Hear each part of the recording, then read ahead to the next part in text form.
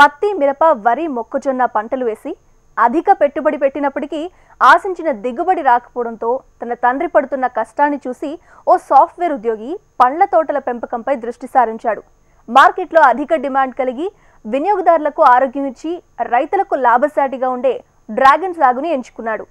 ఓ రైతు సలహా మేరకు డ్రాగన్ ఫ్రూట్ తోటను సేంద్రియ ఎరువులతో సాగు చేస్తూ ఆదర్శంగా నిలుస్తున్నాడు. సాగు చేపట్టిన సంవత్సరంలోనే దిగుబడి సాధించిన సాఫ్ట్వేర్ ఉద్యోగి వ్యవసాయ అనుభవాలు ఇప్పుడు చూద్దాం.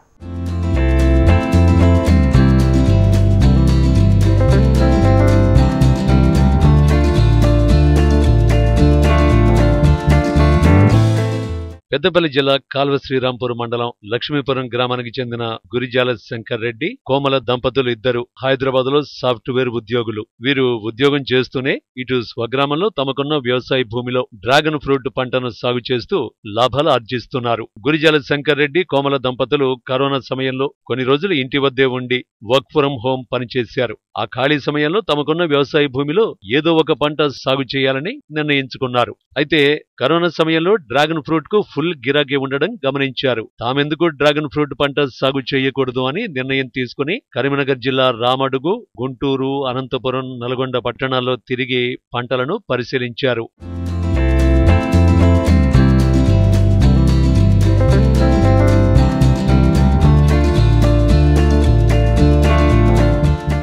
లక్ష్మీపురం గ్రామంలో గురిజాల శంకర్ రెడ్డికి 5 ఎకరాల వ్యవసాయ భూమి ఉండడంతో తన తండ్రి గురిజాల లింగారెడ్డి వరి, పత్తి పంటలు సాగు చేస్తూ కూలీల కొరతతో ఇబ్బందులు పడటాన్ని గ్రహించి తన తండ్రికి పని తగ్గించాలనే ఉద్దేశంతో ఉద్యానవన పంటలు సాగు చేయాలని నిర్ణయించుకుని ఎకరం 20 గుంటల్లో డ్రాగన్ ఫ్రూట్ తోటను పలువురు రైతుల సలహాలతో సాగు చేస్తూ ఆశించిన దిగుబడి పొందుతూ రైతులందరికీ ఆదర్శంగా నిలుస్తూ పలువురి మన్ననలు పొందుతున్నాడు. గురిజాల శంకర్ రెడ్డి నా పేరు. మా నాన్న లింగారెడ్డి. లక్ష్మీపురం గ్రామము, కాళశ్రాంపూర్ మండల్, పెద్దపల్లి జిల్లా మాది.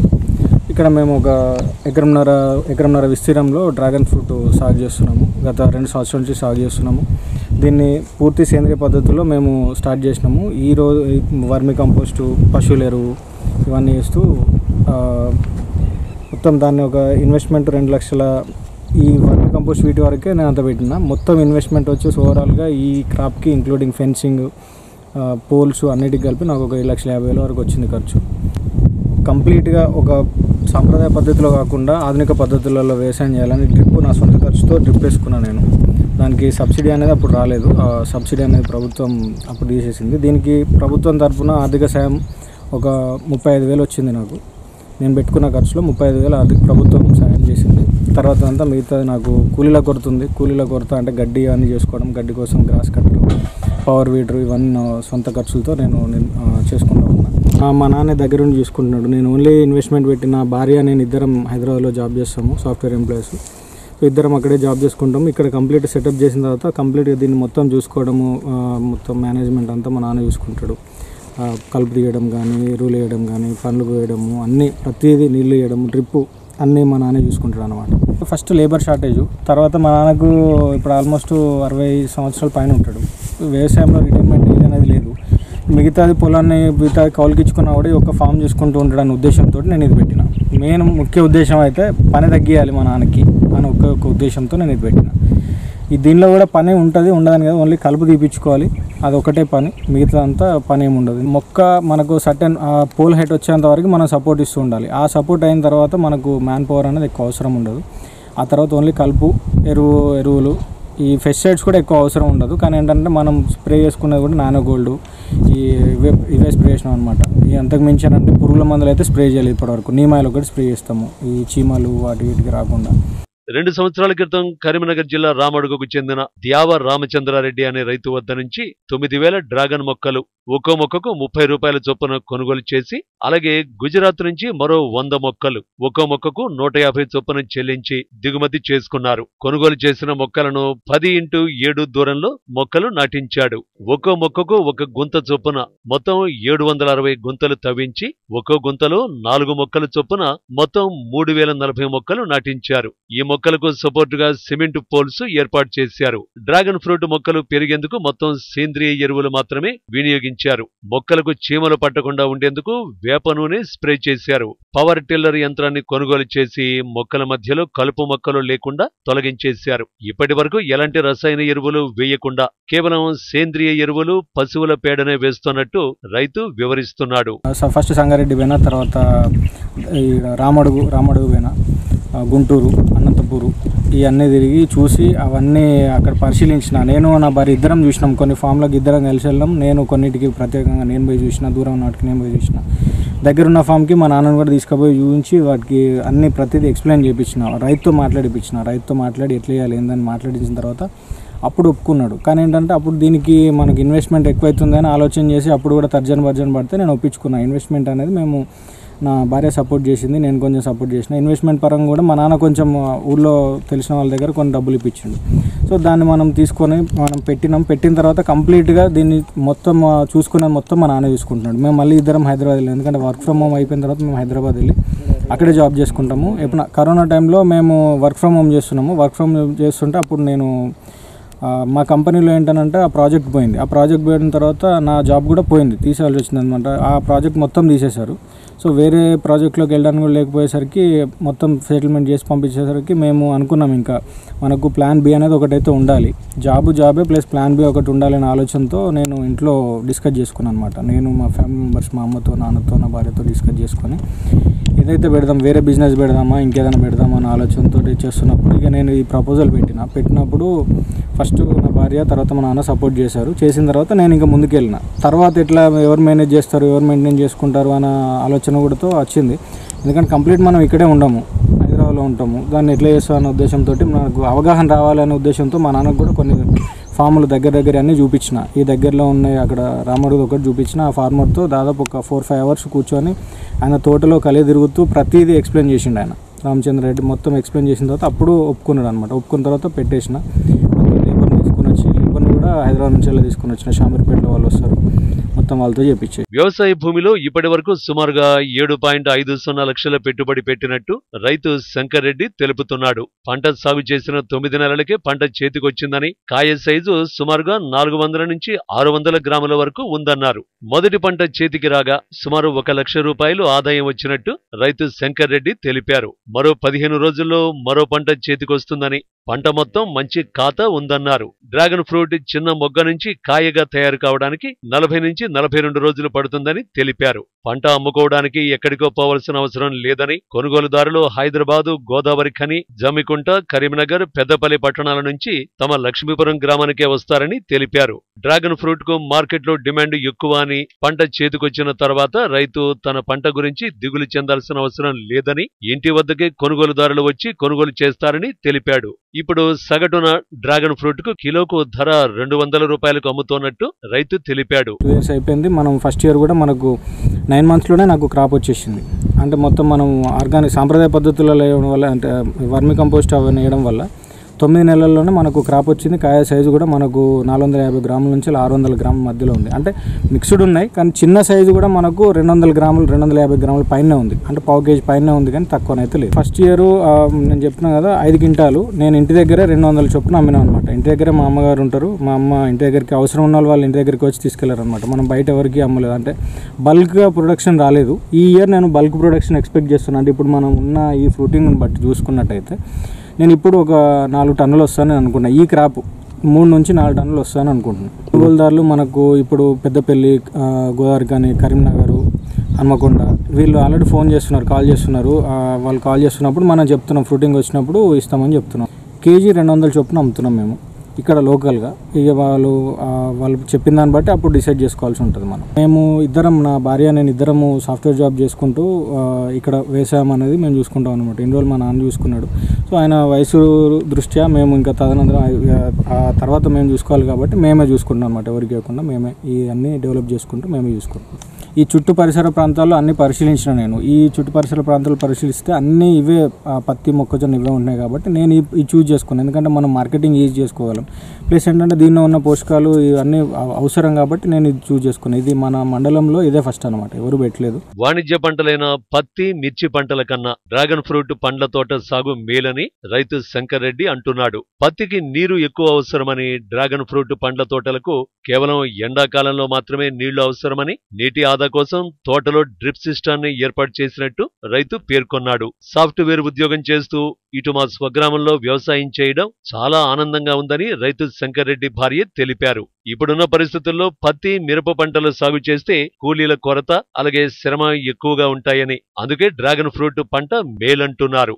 మైసెల్ఫ్ గురిజాల కోమల, మా హస్బెండ్ శంకర్ రెడ్డి. కరోనా టైంలో తనకి జాబ్ పోయింది. సో అప్పుడు మేము అనుకున్నాము ఏదైనా డిఫరెంట్గా చేద్దాము. 1 ఇయర్ గ్యాప్ తీసుకున్నాడు, కావాలని తీసుకున్నాడు. తనకి ముందు నుండి బిజినెస్ చేయాలని ఏదైనా ఇంట్రెస్ట్ ఉండేది. సో ఇంకా ఇది కూడా ఒక టైప్ ఆఫ్ బిజినెస్ లాగా యూజ్ అవుతుంది కదా అనేసి డ్రాగన్ ఫ్రూట్ తీసుకున్నాము. ఇది తీసుకోవడానికి మెయిన్ రీజన్ ఏంటంటే ఇప్పుడు ప్రతి ఒక్కరూ తన వాళ్ళ హెల్త్ పరంగా చూసుకుంటున్నారు. మనకి డ్రాగన్ ఫ్రూట్లో చాలా పోషకాలు ఉంటాయి కాబట్టి ఇప్పుడు ఎక్కువ ప్రిఫర్ కూడా చేస్తున్నారు.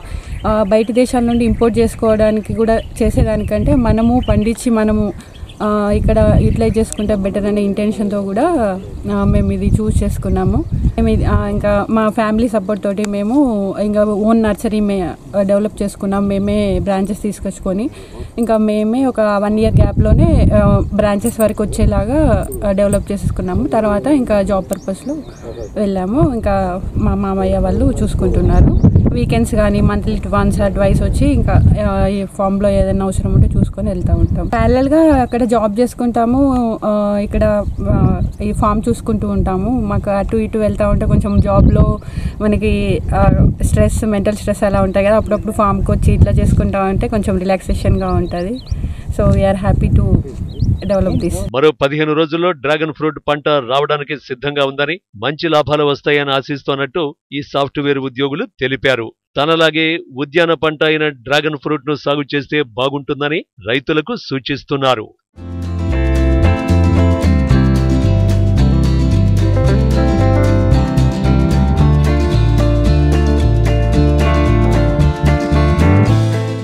అధిక వర్షాలు కురిసినప్పుడు నేలపై పడే వర్షపు చుక్కల వల్ల మట్టి రేణువులు చెల్లచెదరయ్యి నేల బురదగా మారిపోతుంది. మరింత వర్షం ఎక్కువైతే నీరు నిలిచి ఒక్కసారిగా పిల్లకాలువలు ఏర్పడి బురదగా ఉన్న నేల పైపొర కొట్టుకుపోతుంది. అలాగే పొలాల్లో రాళ్లు రప్పలతో మేటలు ఏర్పడతాయి. ఇలా నేల కోత వల్ల సారవంతమైన మట్టి కొట్టుకుపోయి పంట దిగుబడులు తగ్గిపోతాయి. అందుకే రైతులు తమ పొలాల్లో నేల కోతలు జరగకుండా చూసుకోవాలి. అందుకేం చేయాలో వ్యవసాయ శాస్త్రవేత్త సూచనలు ఇప్పుడు తెలుసుకుందాం. సుమారు 10 సెంటీమీటర్లు నేలపై భాగం ప్రపంచంలో ఉన్నటువంటి దాదాపు 800 కోట్ల జనాభా ఆకలిని తీరుస్తుంది. ముఖ్యంగా ఈరోజు అంశం ఏమిటంటే నేల కోత గురి కాకుండా రైతు స్థాయిలో తీసుకోవాల్సిన జాగ్రత్తల విషయానికి వస్తుంటే, ప్రధానంగా మన భారతదేశంలో మొత్తం భూమి విస్తీర్ణం 329 మిలియన్ హెక్టార్లు. అందులో సుమారు 80 మిలియన్ హెక్టార్ల భూమి నేల కోతకు గురవుతూ ఉంటుంది. అందులో ముఖ్యంగా చూసుకుంటే ఈ మధ్య మనకు వర్షాలు ఎక్కువ పడ్డప్పుడు ముఖ్యంగా నీటి కోత ద్వారా కానీ, అదేవిధంగా గాలి కోత ద్వారా కానీ సుమారుగా ఇప్పటి వరకు దాదాపు భారతీయ వ్యవసాయ పరిశోధన మండలి యొక్క నివేదిక ప్రకారం దాదాపు 51 మిలియన్ హెక్టార్ల భూమి నేల కోతకు గురవుతుంది. అందులో ప్రధానంగా చూసుకుంటే గాలి కోత ద్వారా కూడా నేలపై భాగం, సారవంతమైన నేలపై భాగం కూడా గాలి కోత ద్వారా ముఖ్యంగా పంజాబ్, హర్యానా, రాజస్థాన్, ఆ రాష్ట్రాల్లో, గుజరాత్, ఆ రాష్ట్రాలలో దాదాపు 8 టన్నుల వరకు నేల పైపాటుగా కొట్టుకొని పోవడం కూడా జరుగుతుంది. అయితే ఇక్కడ ముఖ్యంగా ఏంటంటే చాలామందికి నేల కోత అంటే ప్రధానంగా నేల కోత 2 విధాలుగా జరుగుతుంది. ఒకటి ఏంటంటే నీటి కోత, ఇంకోటి గాలి కోత. అది గాలి కోత మన తెలంగాణ రాష్ట్రంలో ఎండాకాలంలో, ముఖ్యంగా ఎండాకాలంలో కొంచెం గాలి దుమారం వచ్చినప్పుడు, ఎక్కువ వేగంతో గాలి దుమారం వచ్చినప్పుడు పైన ఉన్నటువంటి దున్నిన సారవంతమైన మట్టి కొట్టుకుని పోవడం జరుగుతుంది. తద్వారా కూడా భూసారం తగ్గి పంట తగ్గే అవకాశం ఉంది. ఇది కాకుండా ముఖ్యంగా ప్రధానంగా మన తెలంగాణ రాష్ట్రంలో, అదేవిధంగా ఉమ్మడి ఆంధ్రప్రదేశ్ రాష్ట్రంలో చూసుకుంటే ముఖ్యంగా అటవీ ప్రాంతాలలో, ముఖ్యంగా చలక భూములు, దుబ్బ భూములు గల ప్రాంతాలలో నీటి కోత ముఖ్యంగా నీటి కోత ద్వారా నేల కోత ఎక్కువ జరుగుతుంది. అందులో నీటి కోత చూసుకుంటే ఈ నీటి కోత 2 రకాలుగా ఉంటుంది. ఒకటి ఏంటంటే ప్రధానంగా వర్షపు చినుకులు, అంటే మనకు వానాకాలం వచ్చేటప్పటికి వర్షపు చినుకులు పైనుంచి నేలపై భాగాన పడ్డప్పుడు నేలపైన ఉన్నటువంటి మట్టి రేణువులు ముఖ్యంగా అక్కడ ఏదైతే మన వర్షం పడుతుందో వర్షం పడ్డప్పుడు వర్షపు చినుకులు దాదాపు మనకు 25 నుంచి 30 కిలోమీటర్ల వేగంతో నేలపై పడుతుంది. ఈ నేలపైన పడ్డప్పుడు ఏమవుతుందంటే ఈ మట్టి రేణువులు ఏదైతే భూమిని ఒక్కొక్క మట్టి రేణువులు అనుకుంటూ ఉంటాయో అనుకుని ఉన్న మట్టి రేణువులు విడిపోయి అవి దాదాపు 5 నుంచి 6 అడుగుల దూరం వరకు కూడా అవి విడిపోయి అంటే మనం ముఖ్యంగా నేల భాగంపై నుంచి విడిపోయి అది ఇంకా ఎక్కువ వర్షాలు ఎక్కువ పడ్డప్పుడు అది బురదగా మారి చిన్న పిల్ల కాలువల ద్వారా చిన్న కాలువలు చిన్న మన అంగులు అంటే మన బొట్న వేలిలాగా చిన్న కాలువల్లాగా ఏర్పడి ఆ కాలువల ద్వారా ఏంటంటే ఆ మట్టి బురద కొట్టుకొని పోవడం, ఇంకా బాగా వర్షం పడ్డప్పుడు ఆ పిల్ల కాలువలు చిన్న పిల్ల కాలువలు పెద్ద కాలువలు కావడం, పెద్ద కాలువలు వాగులు కావడం, ఈ వాగుల ద్వారా దాదాపు మనకు చాలా మంచి భూమిపై భాగంలో ఉన్నటువంటి సారవంతమైన మట్టి కొట్టుకొని పోవడం అనేది జరుగుతుంది. ఇది ముఖ్యంగా ఈ రకంగా మట్టి కొట్టుకొని పోవడం ద్వారా ఏంటంటే ప్రధానంగా ముఖ్యంగా ఎత్తు ప్రాంతాల్లో ఉన్నటువంటి ఎత్తు ప్రాంతంలో ఉన్నటువంటి మట్టి లోతట్టు ప్రాంతాలలో కొట్టుకొని పోవడం, తద్వారా ఏంటంటే ముఖ్యంగా రైతు స్థాయిలో ముఖ్యంగా పంటలు వాళ్ళ పొలంలో పంటల్లో పైన ఇసుక మేట వేయడం, పంట నష్టం జరగడం. మన అందరికీ తెలుసు ఈ మధ్య మనకు భారీ వర్షం వచ్చినప్పుడు ముఖ్యంగా వరంగల్ కానీ మన భూపాలపల్లి జిల్లాలో కానీ మంచిర్యాల జిల్లాలో కానీ ఆసిఫాబాద్ జిల్లాలో కానీ చాలా మట్టుకు ఈ వర్షపు వేగం ద్వారా ఈ కాలువల ద్వారా వాగుల ద్వారా ప్రవహించిన నీటి ద్వారా కలవట్లు కొట్టుకొని పోవడం, రోడ్లు కొట్టుకొని పోవడము, పంటలు కూడా కొట్టుకొని పోవడం, పంట పొలాల్లో ఇసుక మేట వేయడం అనేది చూడడం జరిగింది. అయితే ఇది ప్రధానంగా ఏంటంటే ముఖ్యంగా ఇక్కడ ఈ ప్రాంతంలో ముఖ్యంగా మన ప్రాంతంలో తెలంగాణ రాష్ట్రంలో ముఖ్యంగా చలక భూములు ఉన్న ప్రాంతంలో ఇది ఎక్కువగా ఆశించే అవకాశాలు ఉంది. కాబట్టి రైతులు ముఖ్యంగా ఈ ప్రాంతంలో ఈ నేల కోతకు గురి కాకుండా రైతు స్థాయిలో కూడా వారు తగిన జాగ్రత్తలు పాటిస్తే చాలా బాగుంటుంది. అందులో ప్రధానంగా ఏంటంటే పంటల సాగు ఏంటంటే ముఖ్యంగా మిశ్రమ పంటల సాగు చాలా లాభదాయకంగా ఉంటుంది. మిశ్రమ పంటల సాగు అంటే ప్రధానంగా మనకు ద్విదళ బీజాలు అంటే కొన్ని పప్పు జాతి పైర్లు ముఖ్యంగా పెసర, మినుము, వేరుశెనగ అంటే ఈ బొబ్బర్లు ఈ పొదలుగా ఉంటాయి. కాబట్టి ఇలాంటి పైర్లు ఏంటంటే ఇలాంటి పైర్లు మనము సాగు చేసినప్పుడు ఏమవుతుందంటే ప్రధానంగా ఏదైతే వేగంతో వాన చినుకు పడుతుందో ఆ వాన చినుకు పడ్డప్పుడు ఈ పొదలాంటి ఈ చిన్న మొక్కలు పైన పడుతుంది. కాబట్టి ఆ వాన చినుకు యొక్క వేగం తగ్గి ఈ భూమి పైన ఉన్నటువంటి మట్టి రేణువులు కొట్టుకుని పోకుండా మట్టి రేణువులు విడకుండా ఉండడానికి ఇది ఒక అవకాశంగా ఉంటుంది. ఇది ఒక పద్ధతి. ఇంకో పద్ధతి ఏంటంటే ముఖ్యంగా ఒక వరుస మొక్కజొన్న, సజ్జ, జొన్న లాంటి పంట వేయడం, ఇంకో వరుస ముఖ్యంగా ప్రధానంగా పెసర, మినుము లేదా వేరుశెనగ అలాంటి పంటలు వేయడం. ఈ రకం ఒక వరుస మనకు అంటే ఒక వరుస ఏకదళ బీజ పంటలు, ఇంకో వరుస మన ద్విదళ బీజ పంటలు వేసుకున్నప్పుడు అంటే చిన్న పొదలు గల మొక్కలు వేసుకున్నప్పుడు అంటే నెల కోతకు గురి కాకుండా రైతు స్థాయిలో కాపాడుకోవచ్చు.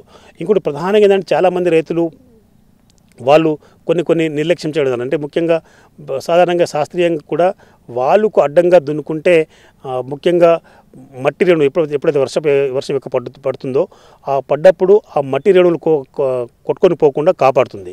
కానీ ఇక్కడ ఏంటంటే ఎలా కాపాడుతుందో వాళ్ళకు అడ్డంగా దున్నినప్పుడు ఏంటంటే ఏదైతే వేగంతో మన వర్షపు చినుకులు నేలపై పడుతున్నాయో ఆ నేలపైన పడ్డ వర్షపు చినుకులు వాళ్ళకు అడ్డంగా దున్నప్పుడు ఒకేసారి కాలువలుగా ఏర్పడకుండా ఒకేసారి కొట్టుకుని పోకుండా అవి భూమి లోపల ఇంకి నిదానంగా కిందికి జారే అవకాశం ఉంటుంది. కాబట్టి అలాంటి సమయంలో నేల కోత గురి కాదు. కాబట్టి ముఖ్యంగా రైతులు వాళ్ళకు అడ్డంగా అంటే ఏటా వాళ్ళకు అడ్డంగా దున్నుకోవాలి. నిలువుగా దున్నకుండా ఏటా వాళ్ళకు అడ్డంగా దున్నుకుంటే రైతుకు మంచి లాభాలు అంటే నేల కోత గురి కాకుండా ఉండే అవకాశం ఉంటుంది.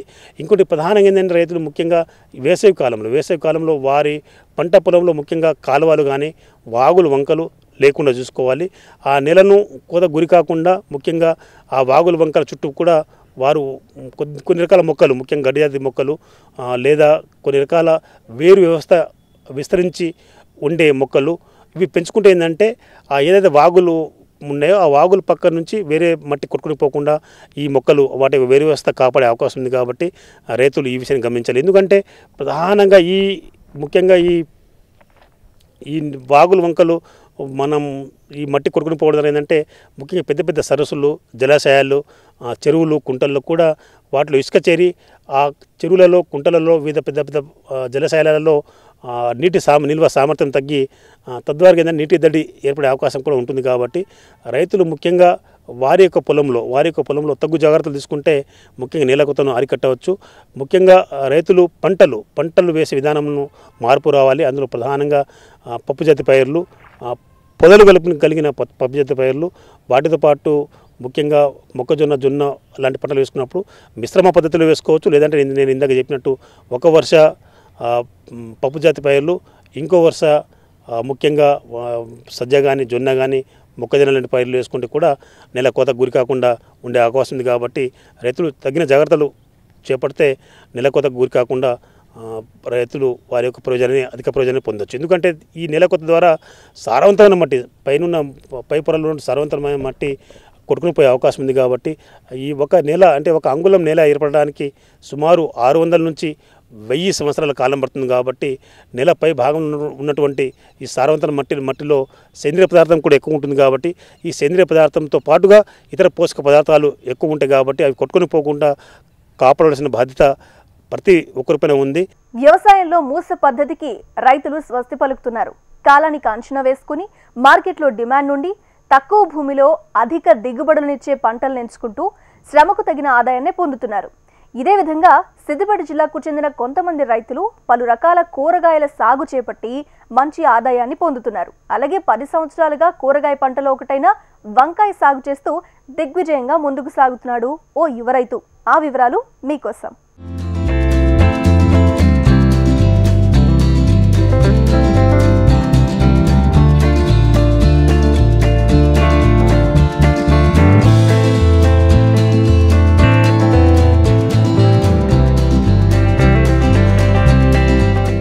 నా పేరు యాదవ్ చందు, బంజారుపల్లె గ్రామము, నరేంద్రపేట మండలం, సిద్దిపేట డిస్టిక్.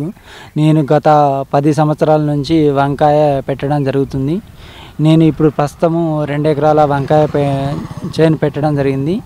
ఇది క్రాప్ వచ్చింది. ఇప్పుడు నేను పెట్టి 2 నెలలు అవుతుంది. 2 నెలలకు స్టార్ట్ అయ్యి 4 నెలల దాకా క్రాప్ వస్తుంది. ఇప్పుడు వారానికి వచ్చేసి మాకు 50 నుంచి 60 సంచులు 50 కిలోలే వెళ్తున్నాయి. ఇప్పుడు ప్రస్తుతం రేట్ వచ్చేసి మార్కెట్లో 40 రూపాయలు ఉంది. ఒక బ్యాగ్ వచ్చేసి మాకు 2000 రూపాయలు వస్తున్నాయి. ఒక వారానికి వచ్చేసి కటింగ్ అనేది ఒక వారానికి ఒకసారి ఉంటుంది. 7 రోజులకు ఒకసారి 6 రోజులకు ఒకసారి కటింగ్ చేస్తాము వంకాయ. ఇప్పుడు ప్రస్తుతం అయితే మాకు 1,00,000 రూపాయలు వారానికి వస్తూ ఉంది. మేము దాంట్లో పెట్టుబడి 20% పోయినా కానీ మాకు బాగానే ఉంది. ఒక 1,00,000 రూపాయలు వస్తే 80,000 మాకు ఆదా అవుతుంది. 20,000 పెట్టుబడి పోతుంది వారానికి. మాకు ఇది కంటిన్యూగా ఇప్పుడు 4 నెలల దాకా ఇది వస్తూ ఉంటుంది. దీని తర్వాత కూడా మేము పంట మార్పిడి అనేది చేస్తూ ఉంటాం. దీని తర్వాత టమాటా కానీ చిక్కుడు కానీ ఇలా కంటిన్యూగా చేస్తూనే ఉంటాం. సంవత్సరానికి 2 పంటలు దీంట్లో పండిస్తూ ఉంటాం. నేను 10 సంవత్సరాల నుంచి ఇదే ఈ కూరగాయ సాగే బాగా చేస్తున్నాను. నాకు మా సార్ గారు ఏవో నాగార్జున సార్ గారు కూడా మాకు వెన్నంటూ ఉండి సూచనలు ఇస్తూ ఉన్నారు. దీనికి మందులు కొట్టుకోవడానికి కానీ, పిచికారి కానీ, సోలార్ ట్రాప్స్ కానీ, జిగురు అట్టలు కానీ ప్రతి ఒక్క దాంట్లో కూడా మాకు తోడ్పడుతూ ఉన్నారు. ఈ వరి పంట కంటే ఇది చాలా మేలుగా ఉంటుందని ఉన్నది. యాద భార్గవి, రైతు చందు వాళ్ళ వైఫ్ని. మేము ఈ పంట వేయబట్టి 10 సంవత్సరాలు అవుతుంది. ఈ పంట వల్ల మాకు లాభం బాగానే ఉంది. వరి పంట 6 నెలలకు ఒకసారి కాబట్టి అది తక్కువ వేసుకొని మేము ఎక్కువ వేసుకుంటాం కూరగాయలు. దీనివల్ల మాకు ఇంటి వాళ్ళని చేసుకుంటాం, ఉపాధి వాళ్ళు వచ్చేవాళ్ళు కూడా బతుకుతురు వీటి వల్ల. ఈ పంట వల్ల మాకు లాభమే ఉంది. ఇవి కాకుండా చిక్కుడు, కాకెర, కీర దోశ కూడా ఫస్ట్లో పెట్టినాం. ఇప్పుడు ఎక్కువ శాతం వంకాయకే బెనిఫిట్ ఉందని ఇది పెట్టుకుంటున్నాం. దీనివల్ల ఉపాధి బాగానే ఉంది. ఇవి ఇప్పుడు 2 ఎకరాలు పెట్టినాం. వేరేటివి కూడా అవి ఎకరం అన్నట్టు 2 ఎకరాలు 3 ఎకరాలు వేరే పెట్టినాం. చిక్కుడు మొన్నటిదాకా వెళ్ళినుండే, ఇప్పుడు మళ్ళీ కొత్తగా స్టార్ట్ చేసినాం. అంతకుముందు క్యారెట్ అట్లాంటివి కూడా చిన్న చిన్న పంటలు కూడా వేసుకున్నాం. మాకు వీటి వల్ల బాగానే ఉంది. మేము వీటిని హైదరాబాద్ పంపిస్తాం లోడ్ లాగా. మాకే ఒక రోజు నిండిపోద్ది లోడు, 30-40 సంచులు వెళ్తాయి అట్లా. రేట్ ఉన్నప్పుడు రేట్ వస్తుంది, లేని రోజు ఇక అది ఇందులో కలుస్తుంది. వారానికి ఒకసారి కట్ చేస్తాం వంకాయల్ని.